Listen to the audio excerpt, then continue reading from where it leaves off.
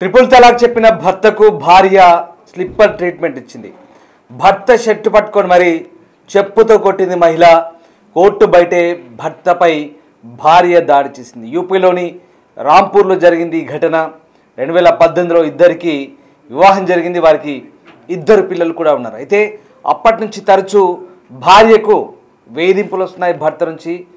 కొన్ని రోజుల క్రితం పిల్లలతో పాటు మహిళను కూడా ఇంటి నుంచి భర్త గెంటేశాడు. దీంతో అప్పటి నుంచి విడాకులు ఇవ్వాలంటూ కూడా భర్త డిమాండ్ చేస్తున్నారు. ఈ నేపథ్యంలోనే కోర్టులో భార్యాభర్తల విడాకుల వ్యవహారం కొనసాగుతోంది. కేసు విచారణకు వచ్చిన నేపథ్యంలో ఒకసారిగా భార్యాభర్తల మధ్య గొడవ ప్రారంభమైంది. తర్వాత భార్యకు భర్త తలాక్ చెప్పాడు. దీంతో కోపంతో భర్తను చెప్పుతో కొట్టింది మహిళ. దాడి వీడియో సోషల్ మీడియాలో వైరల్గా మారింది. మనం చూస్తున్న దృశ్యాలు యూపీలోని రాంపూర్లో జరిగింది ఘటన. యూపీలోని రాంపూర్లో ట్రిపుల్ తలాక్ చెప్పిన ఓ భర్తకు భార్య ఏకంగా చెప్పుతో సమాధానం చెప్పింది. విడిపోయిన తర్వాత భర్తను చెప్పుతో దాడి చేసిన ఆ దృశ్యాలు మనం చూస్తూ ఉన్నాం.